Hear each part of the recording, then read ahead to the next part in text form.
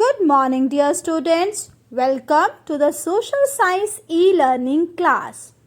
Today, we will start with lesson number 2 of Civics, that is, Directive Principles of State Policy. First of all, we will understand the meaning of Directive Principles of State Policy. Directive Principles of State Policy aim to create social and economic conditions under which the citizens can lead a good life. They also aim to establish social and economic democracy through a welfare state. In simple words, we can say that directive principles have been made to make the policies for the welfare of the people. It has three main goals: social, economic, and political justice. Directive principles are just the guidelines that help the government to formulate the policies to tackle problems that arise in the society. Let's understand it with the help of an example. For example, our country is facing with lots of problems like poverty, illiteracy, unemployment, inequality, etc. In order to solve these problems, our government has to make many policies. In problems को दूर करने के लिए हमारी government जो भी policies बनाती है उन्हें डायरेक्ट करने के लिए कुछ प्रिंसिपल्स बनाए गए हैं और उन्हें ही हम डायरेक्टिव प्रिंसिपल्स कहते हैं. An important feature of the directive principles of the state policy is that they are not legally enforceable. Means country की वेलफेयर के लिए इन्हें कॉन्स्टिट्यूशन में इंक्लूड तो किया गया है, but we cannot blame the government if they are not able to follow these principles. We can understand it with the help of an example. For example, if some people of the country are unemployed, it is the responsibility of the state to frame such policies which provide work to people.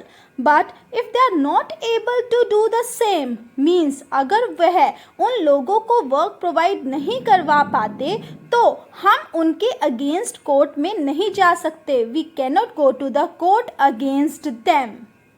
The reason being that the population of our country is too large and our country do not have that much of resources that are needed to solve these type of issues.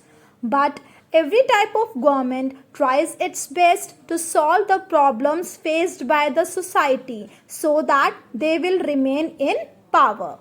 Next, we will read the aims of directive principles. One of the most important aim of directive principles is to promote the economic justice which leads to the welfare of the people.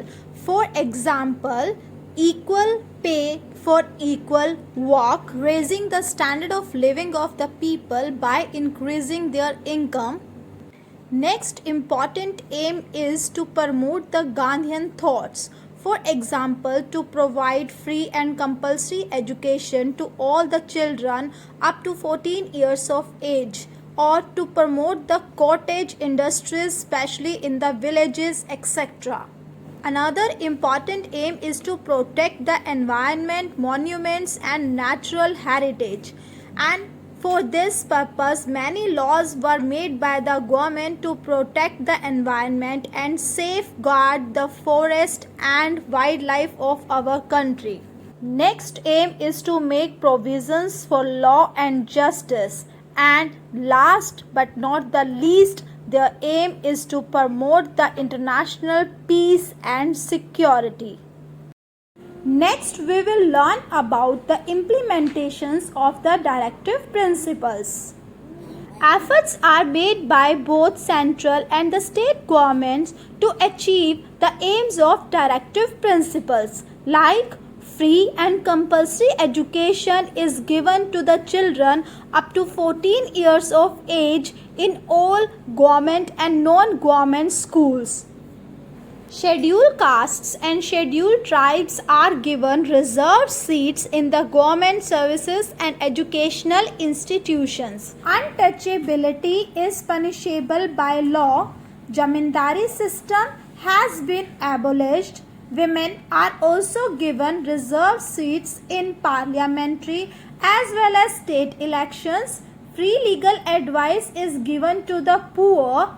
To ensure equal pay for equal work, Minimum Wages Act was passed by the government in 1948. In the end, we will discuss the difference between the directive principles and fundamental rights. Directive principles are just the guidelines for the government to frame the policies, but fundamental rights are the basic rights of the individuals. Directive principles are meant to protect the interest of the people, but fundamental rights are privileges already enjoyed by the people. Directive principles are not justiciable, means we cannot go to the court to secure them. But fundamental rights are justiciable, we can go to the court to secure them. Thus, we can say that directive principles are the basis to judge the government and its performance. If the government fails to work for the welfare of the people, then people may not re-elect the party to form the government. Hope you understood the lesson very well. You can clear your doubts during your online class. Thank you and have a nice day.